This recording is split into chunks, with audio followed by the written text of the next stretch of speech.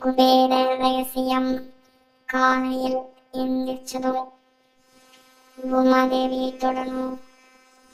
இரண்டாவது, நல்ல பூக்களை கையில் தொடலாம். இல்ல பணம் என்கிற பணத்தை தொடலாம்.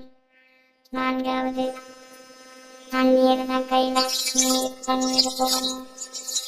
அதுக்கப்புறம் எங்க வீட்டுல சமையல் அறையில் இருக்க உப்பை கையில் எடுக்கலாம். இன்னொன்னு கூட செய்யலாம், புளி தொடக்கூடாதுங்க. சமையல் அறையில் இருக்கிற புளி தொடக்கூடாது. அதுக்கப்புறம் பூமாதேவியை தொட்டு வணங்கணும். கண்டிப்பாக வீடு கூட்டுற சீமார காலையில எடுக்கக்கூடாது. இப்படியெல்லாம் செஞ்சீங்கன்னா டெய்லி அந்த வீட்டுல குபேர யோகம் மகாலட்சுமி யோகம் நிறைஞ்சிருக்கும். இன்றைக்குமே வற்றாத செல்வம் இருக்கும்.